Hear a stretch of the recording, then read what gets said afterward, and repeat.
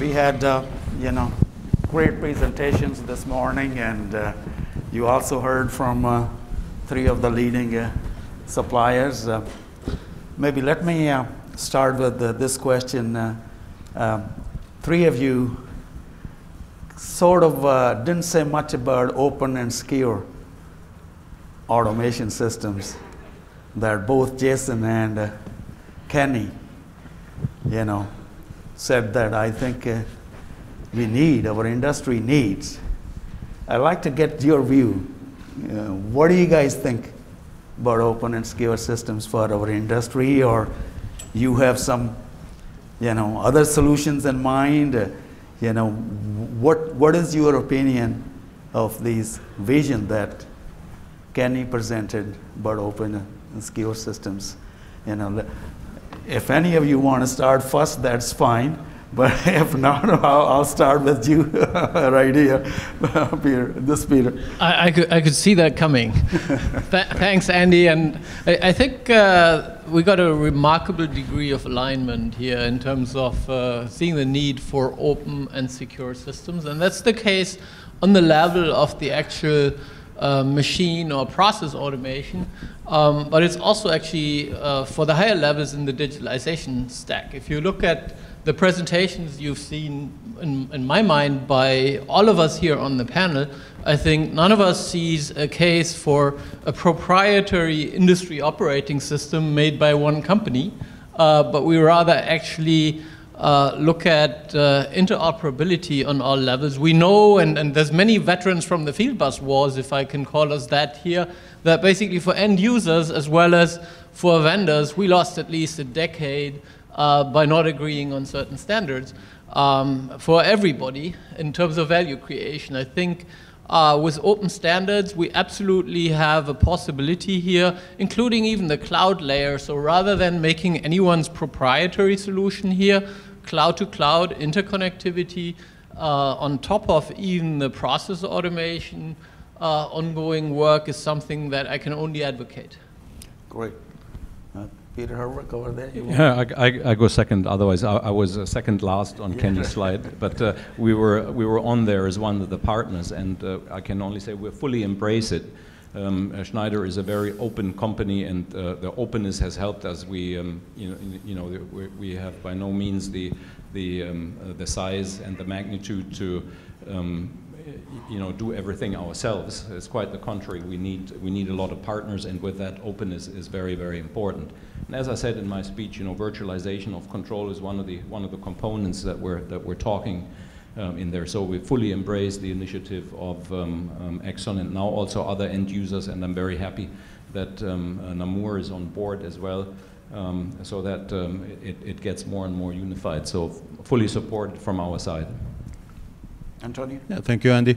Well, I mean, it's the only software solutions company on the stage here. I mean, we've always pride ourselves of being hardware agnostic, and lately we've also introduced the term platform agnostic, because there's been a series of announcements, and everyone seems to have their own platform. At the same time, it is the applications that create the value, and therefore we need to make sure that we can sit on top of any hardware system or platform system. So we fully embrace the initiative from ExxonMobil and other companies, and we're one of the partners that is testing and piloting some of our solutions. So. Excellent, good. We have several people in the audience with mics, so if you have a question, please raise your hand. I do believe we have a question over there.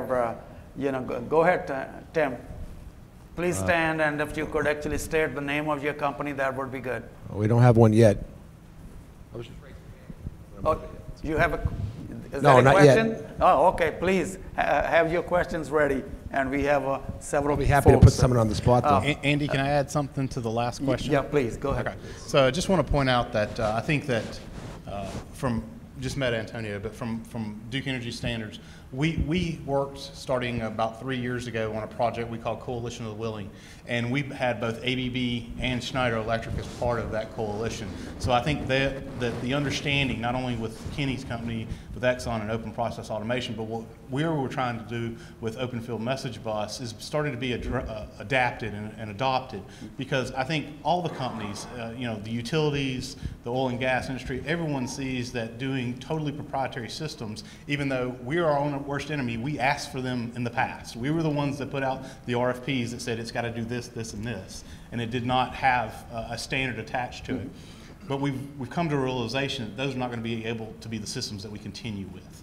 And so I appreciate both ABB and Schneider for being part of our coalition project. Excellent. Kenny, do you have any other comments? No, I would say the proprietary system served us in the day when we were focused on efficiency of service. I think our emphasis going forward now is on value creation, which is what I see digitalization providing for us. Good. The next question I will ask is, obviously, a lot of times, as we know, it's not really technology in the end. It's really, we have to get our people ready for digital transformation. And maybe each of you could talk a little bit about how do we educate, train our people. Actually, it's a challenge, as we know, for our whole industry. I mean, I'm glad to see that we are getting more younger people, more people, newer people to our industry. What are you doing to train, get your workforce ready for this transformation? Anybody would like to start? I'm happy to start. Yeah. I think it's a major task that is in front of us, and because digitization is not only touching our customers but also ourselves in respect to the value chain, in respect to, we have 195 factories where we're trying to utilize all the stuff that we're trying to pitch to the customer. Our factories have to eat, so to say, and they give us brutal feedback on what works well and what doesn't. But if you look at the workforce, what we have done in the industrial space, for example, is we've gone through all the different engineering and other categories of folks that we have, and have said, what are the capabilities you got to have in 3-5 years from now? What are the capabilities we have today? We screened it and then came up with an skilling program. And we've had 98% of all our staff go through upskilling programs as part of our learning weeks that we have, where people need to mandatory spend 1 week per year to go into learning sessions to be able to keep up with what's new out there. So it's a massive program in the company. Mm-hmm. Danny, go ahead. So, we have data science and others in our company, and I think it's interesting, Jason's comment this morning around hiring more data science engineers. I mean, our challenge is competing with Google and Amazon to make them come to an ExxonMobil as an oil business versus the glamour of the high-tech business. But we are trying to create things around the organizational structure to create an ecosystem for that skill set to grow. And in addition to that, trying to attract more talent into our organization. And that's really where the challenge comes in terms of growing capability. Good. Jason? So we're pretty blessed in our service territories to have some wonderful universities that we've partnered with to try and bridge that gap. So Purdue University, Clemson University, North Carolina, NC State, Duke, of course, and then in Florida, South Carolina, in Clemson, I think I said, but University of Central Florida here in Orlando, University of South Florida. We have different programs that we are either involved with, specifically with training new engineers, because as Kenny mentioned, you can't compete with the Googles and the Amazons for that type of talent and say, oh, come work for a utility. Most people think utilities haven't changed for 100 years. And in the most part, they have been right up until about 10 years ago. And then we've been forced to change. And so as I said earlier, I don't go out looking for, a power engineer or what we call a DUG, a dumb old utility guy. We are looking for IT, we're looking for networking, and we're looking for some power. But it has to be a process that started internal to the company to know that you're going to have to offer more than just salary, because we can't compete on some of the salaries. Yeah. Do you have a question? Go ahead.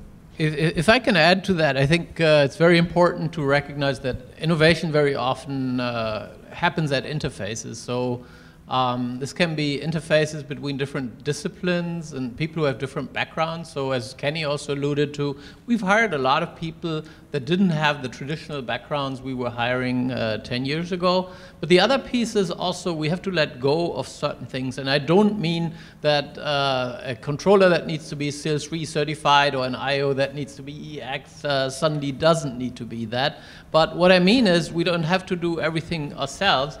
If I give you an example from the consumer-facing side of ABB's electrification business, if, for instance, you want to control the sound and the lights in your house, you don't actually have to go and run an R&D project on how do I talk to my equipment and how do I connect all these things, ripping out wires out of the walls. But actually you go to intercloud connectivity and actually you don't compete with an Amazon, but you use Amazon Alexa to basically on an intercloud connectivity hook up the ABB Ability Cloud with the Sonos Sound Cloud, with Amazon Web Services, and then basically create a solution there without touching any of the wires, and solve it all through intercloud connectivity rather than solving all within your company and with your own screwdriver. So I think this mindset change of how can we create the value rather than how can we create all of the value ourselves, that's a very important one. Yeah. It's really a mindset going forward, because a lot of us, we are using some of these technologies at home, and expectations of the customer are growing. Go ahead, Antonio. Yeah, and to the point, there's this expectation that you just have to talk to a piece of equipment and you'll get the right answer. So simplicity is a key. And in our case, I mean, we've been, again, in the digitalization business for 35 years.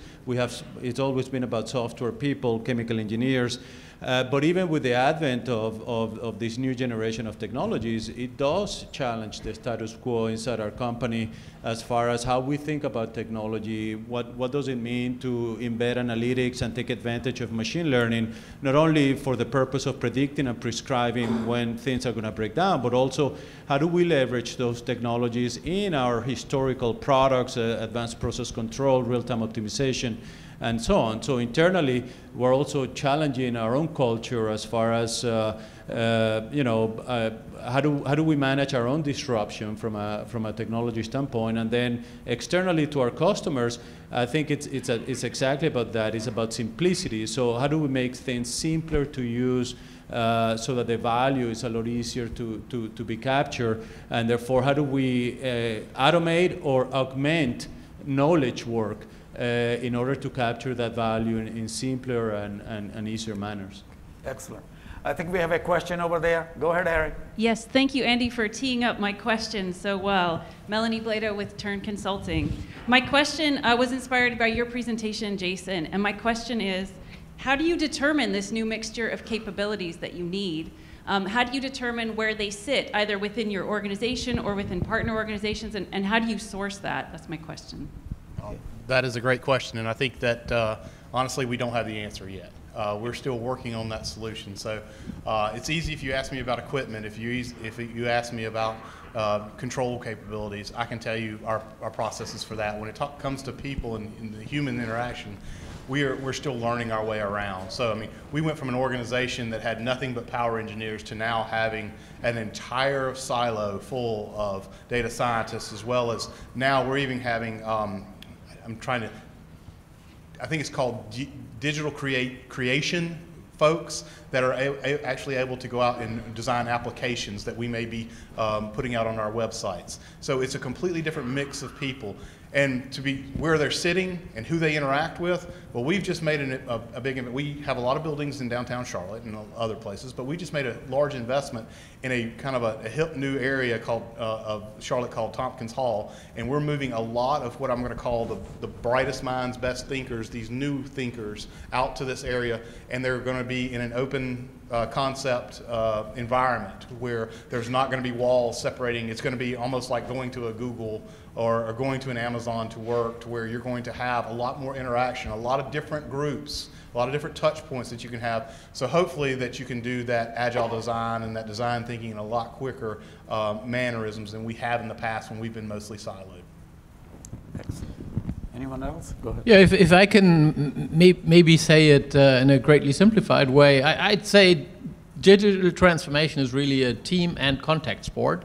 And it's a very fast sport as well. So if you look in terms of how we develop solutions in digitalization today, it's not like we were developing products 20 years ago when you write a requirement specification after careful interaction with customers, then you go back to the lab, you develop a year, 2, 3 years, and then you come out and say, hey, here's the thing, can you test it? And until it's proven in use and out in the industry, it's like 5 or 10 years. Until you got it. But now with basically teaming up with customers, bringing digital people, bringing domain experts together, and actually working in a design thinking, agile kind of way, you actually get touchable prototypes really fast, and you iterate multiple times a quarter, and many more times a year. So you've got a learning journey that's far accelerated by the technologies that we're developing, and I find that totally fascinating. Yeah, I just want to add, Andy, because I mean, data scientists, data science, it's not necessarily the end be all of the digitalization world, because in a way, data scientists are experts at math and algorithms, and the fact is that you can correlate data in a million ways and get to conclusions that are not real. So it's important that data scientists are paired with the domain experts to give context to the data and really search for those insights that are specific to your industry or your business. So what we've found in AspenTech is when we marry and bring together data scientists with chemical engineers, wonderful things start happening as far as creativity. So I think it's a combination of marrying data scientists with the right expertise as well. Excellent. Let's see if we can go to question over there. Go ahead, sir. Ira Baxter, Semantic Designs. I'm all in favor of modernization, bringing together technologies, doing integration, providing predictive analytics for systems. This is all great. I love it. But the real world is full of legacy technologies, okay? And there's a term called inertia, which tells you that when you push on something big, it resists.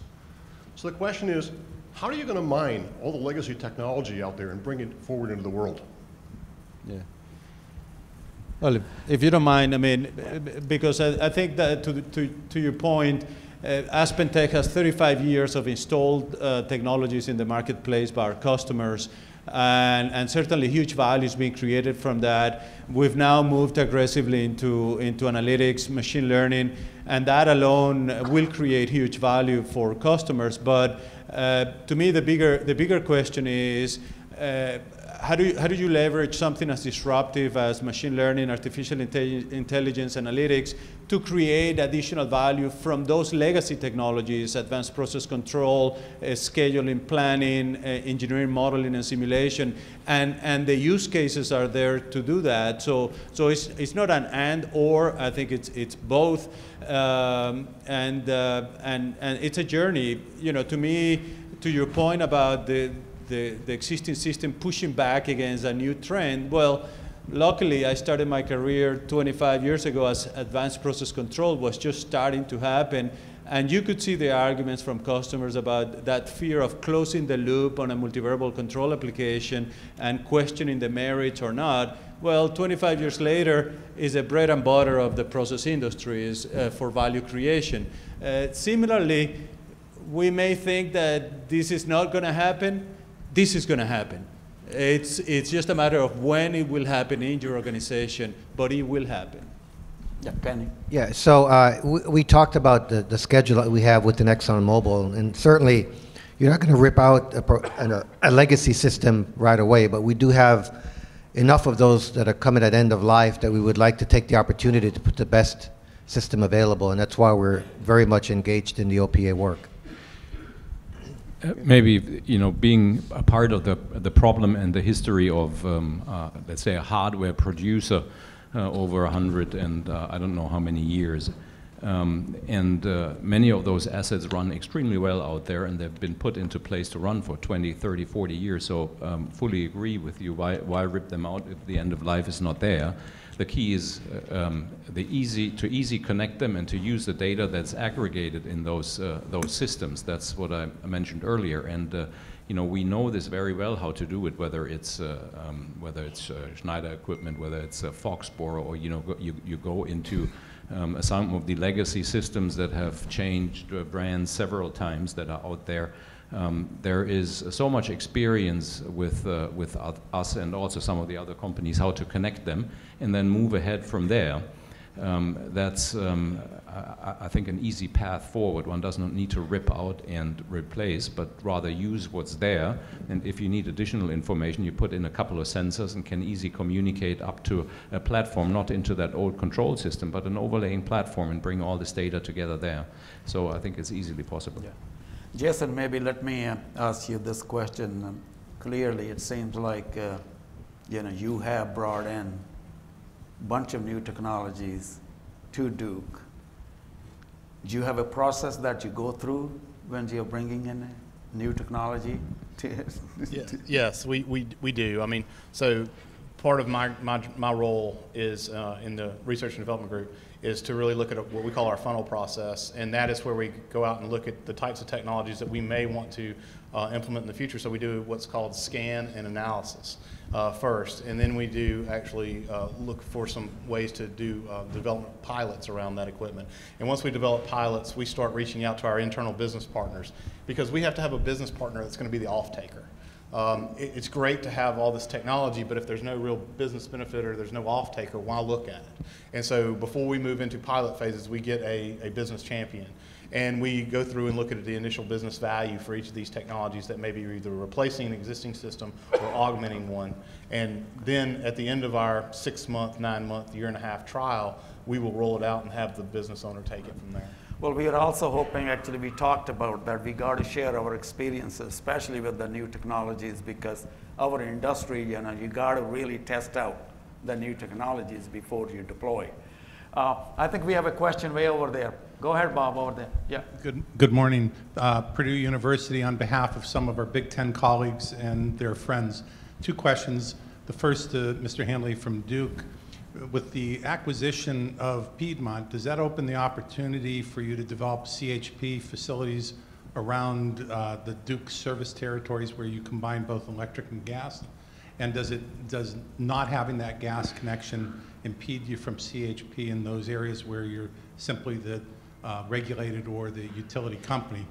And second, where you do develop it with a host site, both institutional and industry, for the rest of the panel, what forces or resources can you bring to the board to establish this open protocol so that our systems can pair up with whatever the Duke or the NYSEGs or the national grids of the world that may have out there controlling their plant on our type of university or institutional or industrial site? That open protocol really creates challenges for us. Thank you. All right, so if I understood correctly, the first question is mine, the second question is the panel's.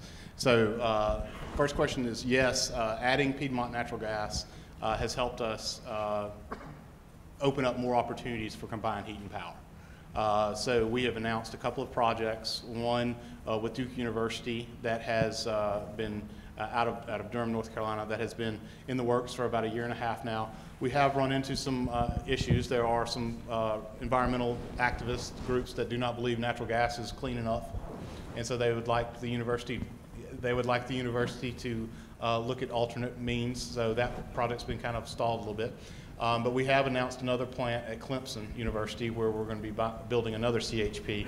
CHP makes a lot of sense for folks in larger campus type settings, universities, hospitals, large industrial complexes that need both the steam as well as the electricity.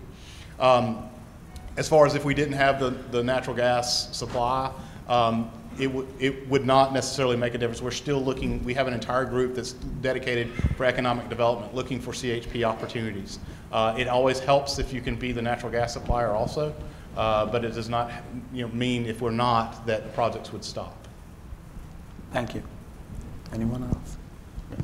I mean, maybe on the standards question, if we look back at something that I think for pretty much the entire room here, looking back has been a very influential standard. I'd point at IEC 61850 that really allowed us to connect the power side with the process side regarding automation. So actually building a real-time bridge across the disciplines. If I would offer an opinion on what I see as a very hot standard under development right now, this whole OPC UA on TSN, I think that's a fantastic development, very broad base in the industry. So I really see the industry also willing to engage and form common industry standards as opposed to vendor proprietary standards. Yeah. Okay, we have a question over there. Go ahead, sir. Hi, Ron Norris with Georgia Pacific, and this is kind of a follow-up to something that Jason had commented on earlier, so I'll let Jason, I'll direct a question to you, but also to the panel at large. But if you look ahead 5 years from now, you said the way that you're going to attract and retain quality talent is hopefully through training processes through the universities that you're partnering with, and we certainly understand that. But I think it's maybe a simple question, but something that a lot of people in the audience may be also wanting to answer. You know, you said that you can't compete with Google, and we would understand that. And you have to offer more than just salaries. So I'd like to know a little bit, like, I wrote down, well, like what? Well, disclaimer, I'm not in HR, so whatever I say here may or not be the truth. But it's things like flexible work schedules. It's things like the ability to have, and this today does not necessarily exist, but it's one of those. I'm struggling here because it's hard to compete with those companies right now if you can't do salary. So you have to have quality of life. You have to have the ability to attract them to nice cities where it's affordable. So we work specifically with our local communities to ensure that we keep our prices low, that we can attract. I mean, if you look at what the folks, do you know what city in the United States is losing the most customers right now, losing the most residents? It's San Jose, California. And it's because of pricing. They've priced themselves out of a complete market. And so we work extremely hard with our local governments and communities to ensure that we can keep our electrical prices low, as well as enhancing community benefits to hopefully be able to attract this type of and desire this type of employee in the future. We are working extremely hard to try and make Duke Energy a much more widely accepted name, much broader. We don't just do electricity. We want to be known for more. I'm not saying that we're going to become a digital company necessarily, but we are going to be known for more than just generating kilowatts. There's going to be innovation there. There's going to be want to be there from the standpoint of, hey, this is a good place to go work. Yeah, what I would add to that, we hire data scientists and we find it in places where we never thought we'd be hiring. Wall Street, the medical sector actually has been at the forefront of analytics for a long time, so they have a lot of data scientists. But I think meaningful, challenging work. This generation wants to be challenged, wants to feel challenged almost on a daily basis as far as their contribution to your organization. So certainly all the things that Jason mentioned, quality of life and so on. Look, last time I heard Google is not hiring all the chemical engineers or mechanical engineers on the planet. So there's ways to attract people. The other thing that I'll say though, I was asked at a forum in MIT about the role of AI in supplanting people, and to me it's going to be an augmenting function initially. But 25, 30 years ago, again, when I was in school, computers were starting to be introduced. We've all learned programming in school. And at least in my case, as a chemical engineer, eventually it was expected, and today it's expected that chemical engineers know how to program coming out of college. I would put money down that over the next 5, 10, 15 years, chemical engineers, speaking specifically about my case, will be expected to know about data science, because that will be the next highly relevant science that, that will cut across functions and specialties. So like engineers are now expected to know programming, in 5, 10, 20 years, it'll be data science, in my opinion. Maybe bring this to another level. One of the things that is really important for many of our young employees that join is to give them purpose. So when I talked earlier about we want to make sure that life is on for everybody, so that we supply or furnish energy as a basic human right for everybody at any place at any time. That's a purpose for a lot of the young folks that, that join us, and it's very important to them that they can participate in that. That's number one. Number two is I think you want to demonstrate and make sure that everybody in the company, no matter where he comes, no matter what his gender is, no matter what his religion is, no matter what his background is, can make it all the way to the top. And you got to show it. If you look into our executive board, a lot of people will think, oh, this is a French company, so it's surrounded by French people that sit in Paris. Quite the contrary is true. 1/3 of our executive committee sits in China, 1/3 sits in Europe, Middle East, and 1/3 sits in Americas, with nationalities like myself being German, as you can listen, but obviously also a French, American, a Chinese, Russian, and a Malay. In the executive board, you go one level down, and that further dissipates. I have 16 direct reports, 10 nationalities sitting in 9 countries. So we'll demonstrate to the people that no matter where they come from, they have the chance to go all the way up in the organization. And then the third program, which I think is extremely important, is also, if I look a little bit around in the room, is our He for She initiative, where we want to make sure that, and I have one daughter and I have one boy, I want them to have the equal opportunity in life, and we got to make it. We got to make it happen in the company all the way from the top, and so that's something we're driving forward, and it attracts young talents to come, no matter what background they have. Okay, let's see if we can move to the next question. We're actually way back over there, Jabab.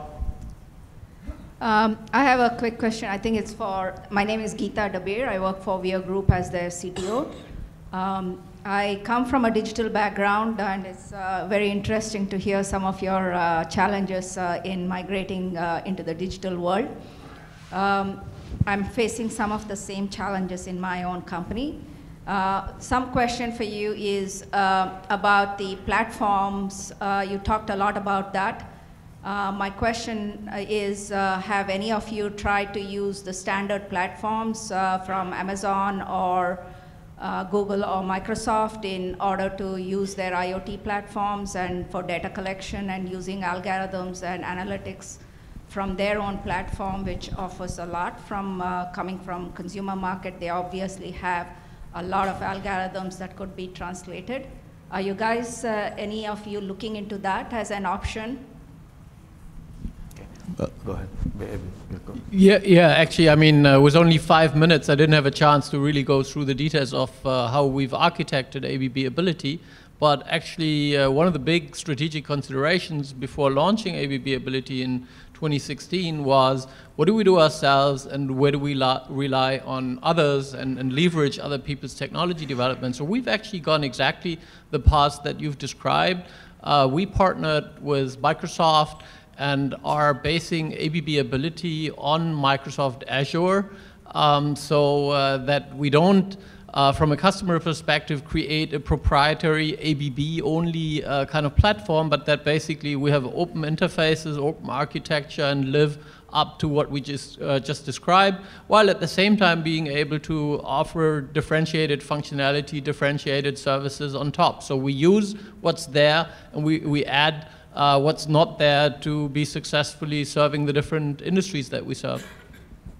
Anyone else? Go ahead. Look, I'll just say again back to platform agnosticity.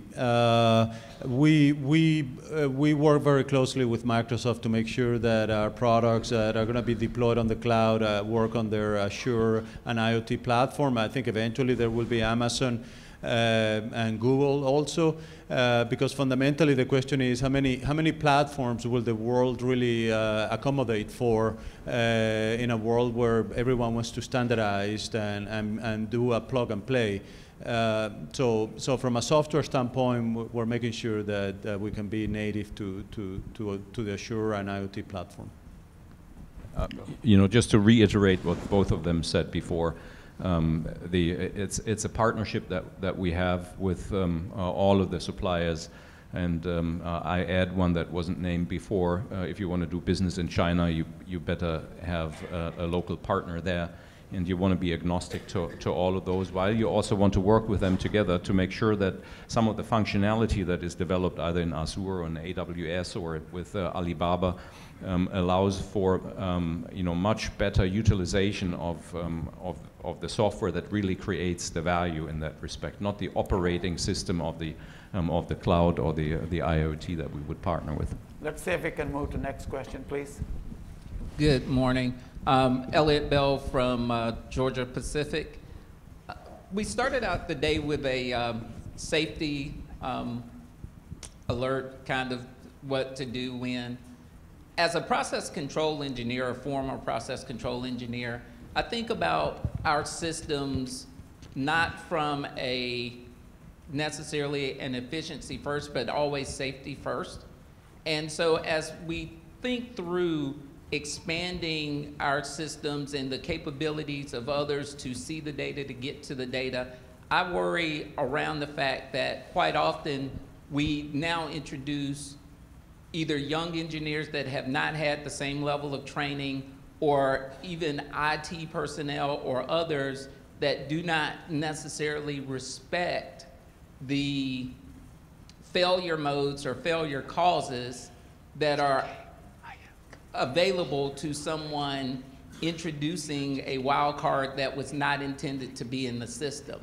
So could you gentlemen please kind of give us your take on how are you advising either your organizations or your customers around the use of this technology and how to keep it safe?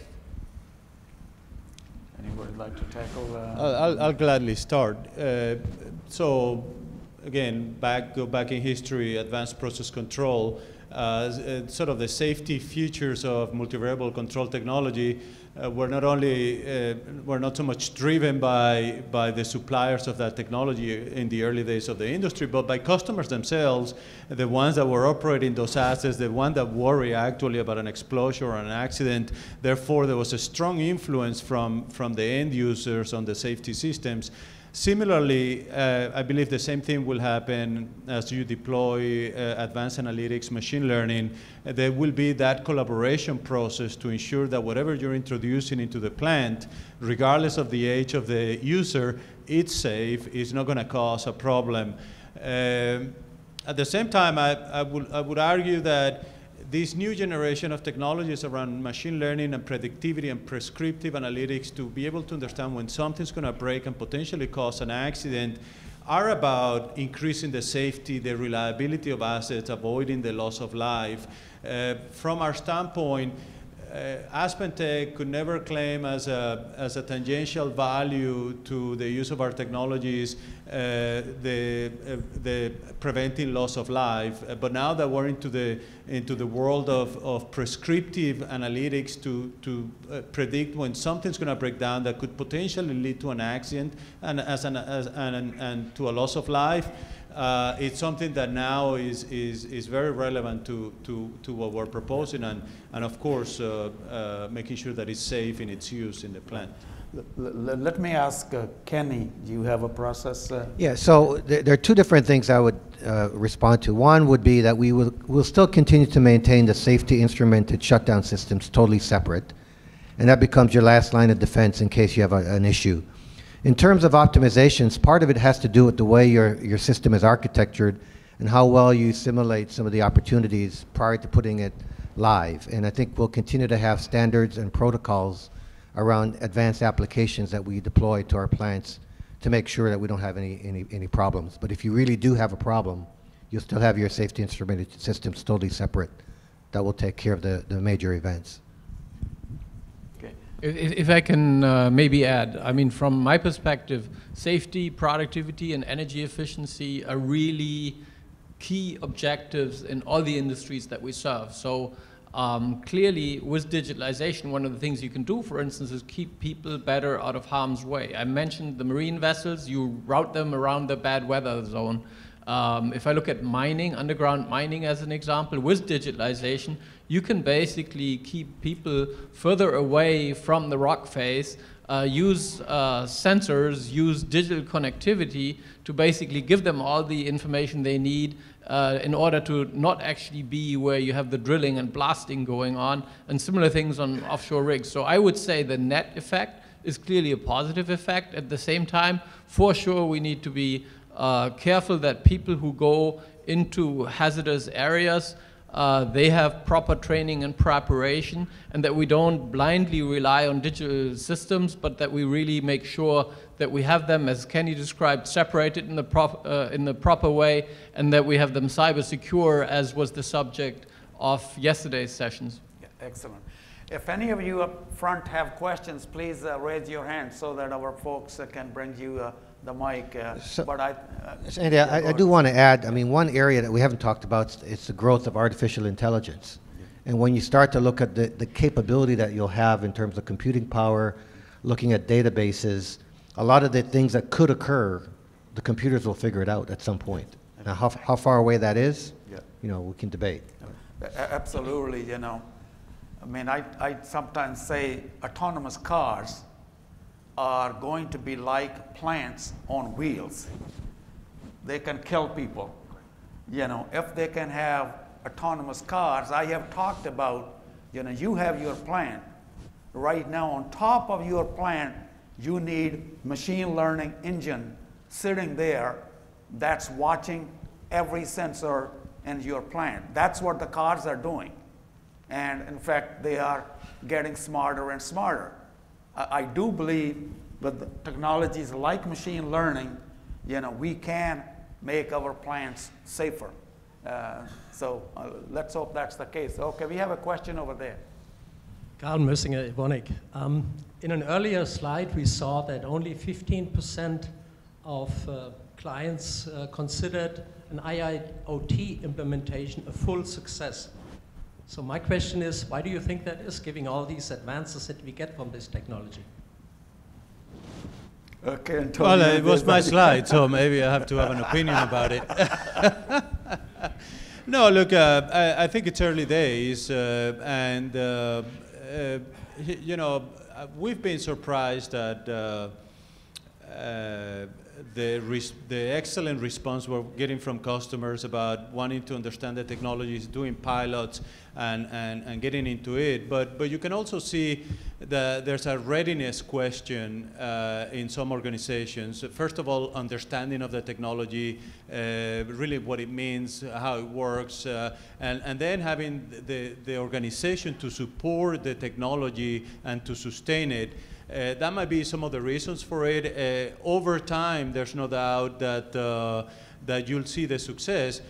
Now, I'll contrast that with, you know, something like advanced process control. Today, I mean, multivariable control has been around now for 25, 30 years, and you see organizations that have very successfully deployed those solutions and getting value from them. At the same time, you see some organizations that struggle with sustaining the value from advanced control, and I think that comes down to organizational excellence, the readiness, the skills, the capabilities to sustain it. I would add to that, I think we are going to have a lot of case histories. Actually, many of you are going to be sharing over the next couple of days. So we are going to really, over the next couple of days, going to hear many, many case histories of successful implementations. And I don't know where the 15% comes from, whether that's the Aspen customers.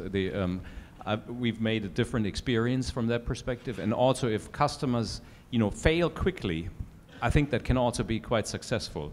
It's about trying out some of the technologies, see what the value you can create in probably the business process that you have today. But the ones that I've experienced that are extremely successful is if they apply the technology to create value and at the same time change a business model. For example, to sell some of their equipment as a service, or go from selling an equipment to a rather razor blade model where they say, I install the equipment out there and I'm going to make money with the consumables, and since the machine is connected to myself, I know when consumables are going to be required, I replenish at the customer side, and I'm going to make more money with the consumables than I do with the installation of the asset. So quite a few changes also of the business model. I wouldn't, 15% from my perspective, way too low. And that was maybe the case several years ago for those who have started. Now we really see mass implementation of a lot of people and creating value at the customer side. Thank you. I think we have a question over there. Yeah, my name is Nikunj Mehta. I'm the founder of Falconry. My question is directed at the entire panel, so feel free to answer this. How many of you see ready-to-use analytics, whether it is machine learning, AI, complex event processing, whatever kind of technology, but ready-to-use analytics as the key to your success? Number one. Number two, I hear a lot of awareness of AI, but I wonder whether as executives, it matters to you whether those technologies are black box or understandable, and which side of the equation do you stand on for things that have not yet been discovered? Anyone interested in taking? I have an opinion. I think it's going to be fundamental that in order for mass uptake of analytics, machine learning, artificial intelligence, it's sort of a ready-to-use, if you will.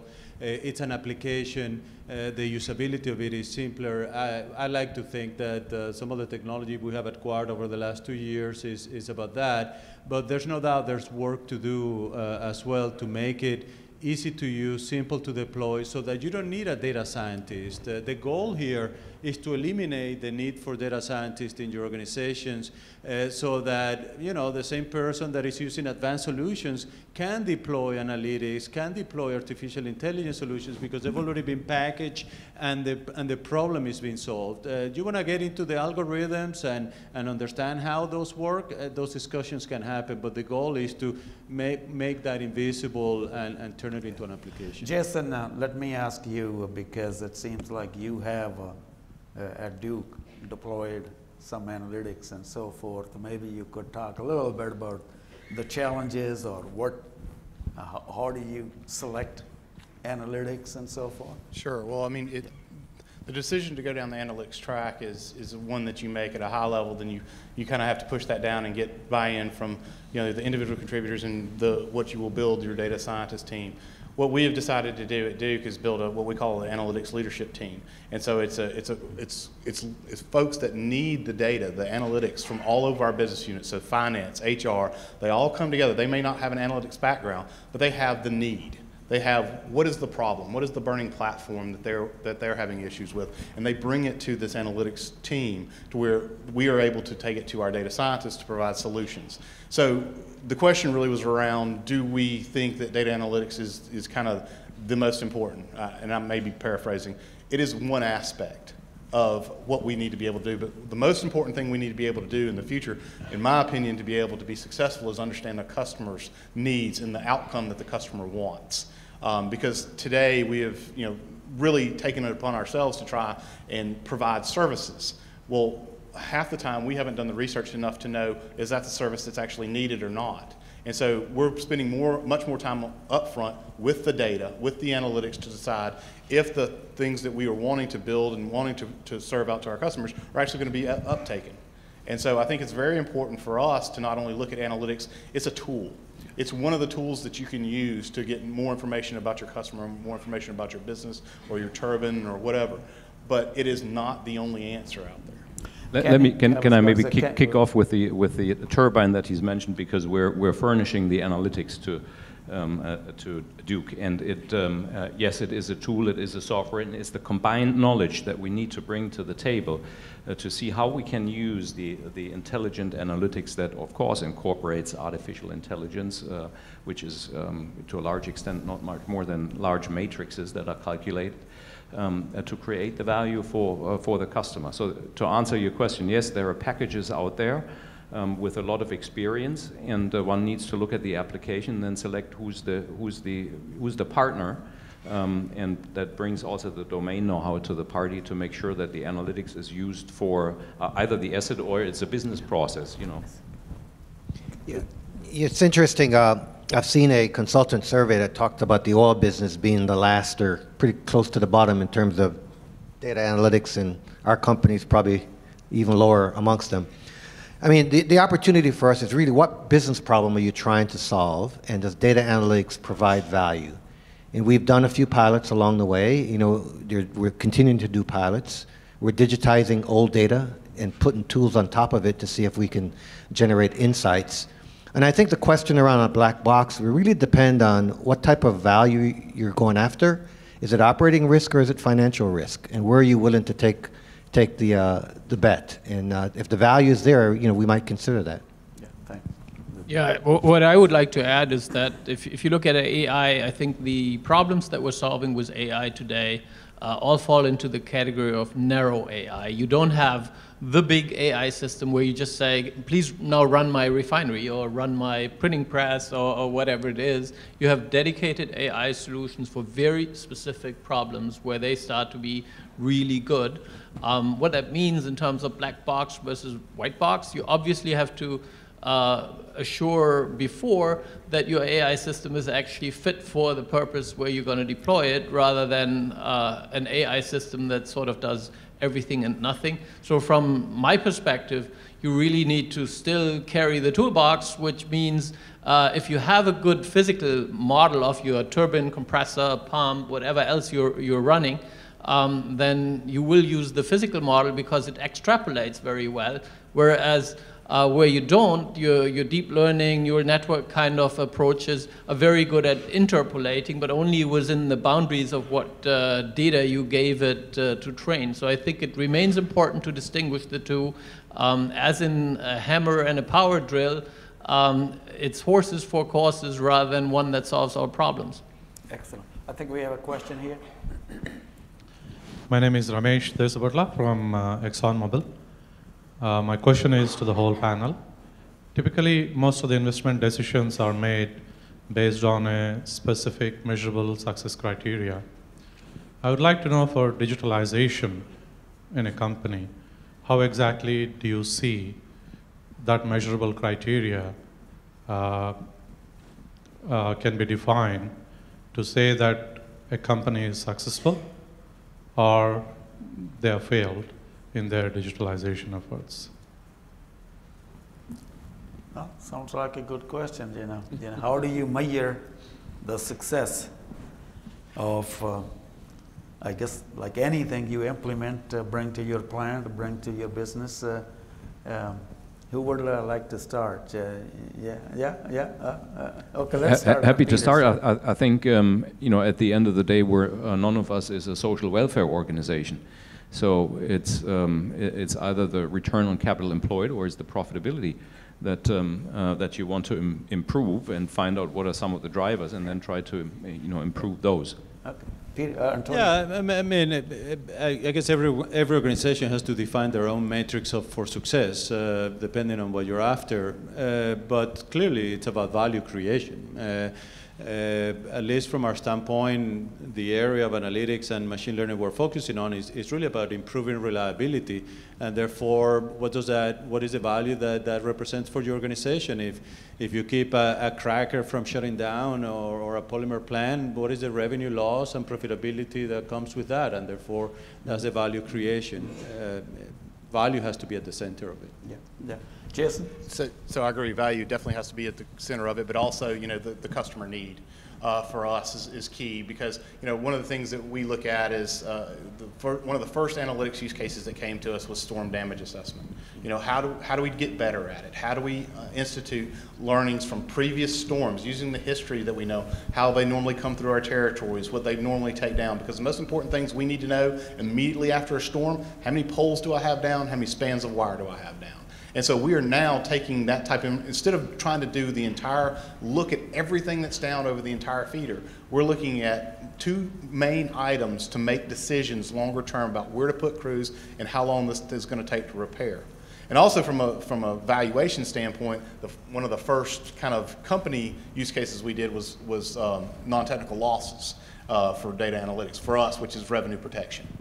So that has an immediate impact from the standpoint of finding lost revenues for us. And it has had a really significant positive outcome at Duke for us. Kenny, you have any comment? No, I can certainly relate to Antonia's comment. Yeah, it's really around value creation, either with efficiency or productivity, uptime, preventative work. I would make a comment. I think all of us can learn from the utilities, because these companies, the Duke especially, they've been at it much longer. Smart grid, I think they have been working at it for many more years than probably most of other companies and so forth. Anybody has a burning question? We have only time for one more question. If there isn't any, I see. I do see a hand up. Yeah. Hi, thanks for everyone. This has been a great conversation. Lauren Goodwin, Digital Security and Risk Officer for BP. One of the key things that I've heard you say about today is about people and technology and how we're leveraging it. But one of the things I found that's been missing is the processes, and how we're embedding a culture of simplicity of our processes and the fundamentals of what we do as a business, whether it's utilities or oil and gas, so we can leverage what technology can offer. If our businesses are so complex that we can't understand exactly what our processes are, how could we actually take advantage of these technologies? Yeah. Business processes. Well, it comes down to how you're organized as well. And as you think about implementing technology, therefore, what are the silos or the functions that you have to break apart, and therefore the processes that you have to recreate to take advantage of those technologies? And for the last 20, 30 years, it's been about operations improvement, value creation in operations, at least from AspenTech standpoint. As we move into maintenance and we're dealing with reliability engineers, maintenance engineers, and technologies that now create a value that is very important to operations as well, then how do you think about the organization, operations and maintenance, and the business processes? If you're alerting for a failure in a compressor, that is going to have a significant impact on operations. Well, do you create silos, or do you keep those silos, or do you rethink your organization and your processes? But that's a very good point. Any, Jason or any comments on that? I would add to this that when you're bringing a new technology to your business or plant, you definitely need to change your processes without actually thinking through how you're going to change your processes. You don't want to bring new technology in. So in my view, processes go hand in hand when you are bringing a new technology. You're planning to use a new technology, because in many cases, it's going to change how you are doing things. So processes are very, very important for you. I have one last question here. If I were to ask actually each of you, name 2 technologies that you think will have the biggest impact on our industry. Maybe I'll start with you, Jason, because you already kind of seems like you are deep into analytics already. So that's definitely one for you. What would be the second one? Well, the easy answer would be AI, but I will go a little bit different track, but because it depends on, I think this is going to enhance AI in the future, and that's quantum computing. I think for us, really understanding where quantum computing is going next, and having the ability to, it's not necessarily more processors, more cores, but it's actually just, it's more of a physical architecture that's different. And then how you're going to be able to get the information out is going to be really interesting for us. There's a reason it's interesting for us is because of the power it takes to do quantum computing. So even though I talked earlier about there's a lot of things that are, the energy usage is going down, if everybody mines Bitcoins and we do it with quantum computers, we're going to be just fine. We go the Kenny next. Yeah, I would say machine learning for the manufacturing assets and what we can get in terms of predictive maintenance and optimization. I would say for you, second one would be OPA. Yeah. I mean, of course, AI is the easy answer. I would argue that perhaps we don't know what those technologies are going to be yet. But what I'll say is the following. I think I'm sure we feel like the last 30 years there's been huge advances in technology, and we're at the top. I think we only laid the foundation for what's going to happen over the next 30 years from a technology standpoint. We build the infrastructure. The real value creation and the real transformation from technology will happen over the next 30 years. Okay. Peter? I would only have one. It's probably machine learning. Okay, we got a consensus here. Machine learning. How about I was going to say it's hard to add something to that. I agree with everything that was said, and at the same time, want to maybe mention again what we started out with, and that is the power of open standards and architectures. I think that's going to enable a whole raft of new technologies that will make the impact. So that's the one I would add. Yes, excellent. After this, by the way, obviously we break for lunch. The main lunch is hopefully outside. It's nice out there, hopefully, and it's going to be by the pool. But we do have actually we have 3 workshops during lunch happening. And the first one starts at 12:15. And actually for those of you who are attending 12:15 workshop in the Oceans 12 room back there, we are going to have actually some lunch in the foyer. And then we have 2 workshops starting at 1 o'clock. And 12:15, you can grab the lunch and bring the lunch to the workshop. And then at 1 o'clock, there are 2 other workshops. So we encourage you, to attend these workshops if you are interested. With that, please join me giving me a hand to our panelists. Yes. Thank you very much. Excellent.